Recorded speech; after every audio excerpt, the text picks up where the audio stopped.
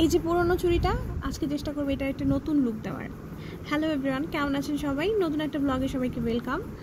এই যে চুড়িটা দেখছেন, এটা যখন আমি কলেজে পড়ি তখন হবে হয়তো, যে মামনি আমাকে কিনে দিয়েছিল। এটা এত পরেছি আমি, কারণ যেহেতু ব্ল্যাক কালার চুড়ি, এটা আমার অনেকবার পরা হয়েছে। ব্ল্যাক তো যে কোনো ড্রেসের সাথে পরা যায়। আর এই চুড়িটা খুব পছন্দের ছিল আমার। তো এখন কালার টালার নষ্ট হয়ে গেছে। তো এখন ফেসবুকে দেখছি যে খুব একটা ভাইরাল ট্রেন্ড চলছে, যে কাপড়ের চুড়ির, কাপড় দিয়ে বানানো চুড়িটা। তো অনেকদিন ধরে ভাবছি যে এটাকে আমি ওইভাবে ট্রাই করব। এর আগে আমি অবশ্য আরেকটা চুড়িতে ট্রাই করেছিলাম, ওইটা আমি একটু চিকেন কারি কাপড় নেওয়ায় ওটার ফিনিশিংটা ভালো হয় নাই। তবে এবার আমি প্লেন কাপড় দিয়ে ট্রাই করেছি। আর এটার প্রসেসটা একদমই সহজ, আমি একটা অলরেডি করে ফেলেছি। আর সেকেন্ডটা করার সময় আমি প্রসেসিংটা বলে দিব কিভাবে করেছিলাম। আর এটা করার জন্য যদি হট গ্লু ইউজ করা হয় তাহলে বেস্ট হয়। যেহেতু আমার কাছে হট গ্লুটা ছিল না, আমি ফেভিকল গ্লুটা দিয়ে পরে সুতো দিয়ে সেলাই করে দিয়েছিলাম। আচ্ছা, প্রসেসিংটা হচ্ছে প্রথমেই একটা কাপড়কে নিয়ে মাঝখানে ভাঁজ করে নিতে হবে, তাহলে ফিনিশিংটা ভালো আসবে।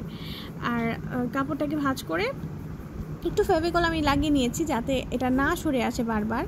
তারপর এটাকে ভালো করে জাস্ট কভার করে দিব, মানে দেখে দেখে যেন যে কোনো জায়গায় ফাঁক না থাকে সেরকম জায়গা দেখে দেখে আমরা এটাকে জাস্ট পেঁচিয়ে যাব।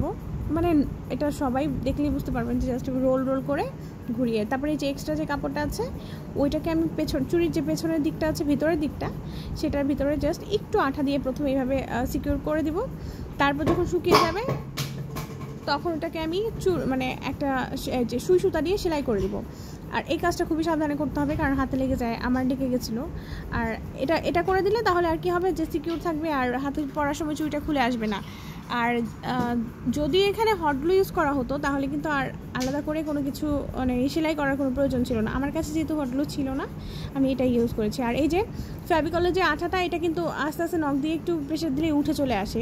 আর আমি আর এটা উঠানোর চেষ্টা করি নাই, কারণ আমি এটার উপর পেইন্ট করবো। ওই যে অ্যাক্রিলিক কালার পেইন্ট হয় না, আমি আরেকটা ভিডিওতে এটা শেয়ার করব। আমি এটার উপর পেইন্ট করে আমার পছন্দ মতো আমি একটু কালার করে পেইন্ট করে নিব আর কি। Thank you so much for watching my video.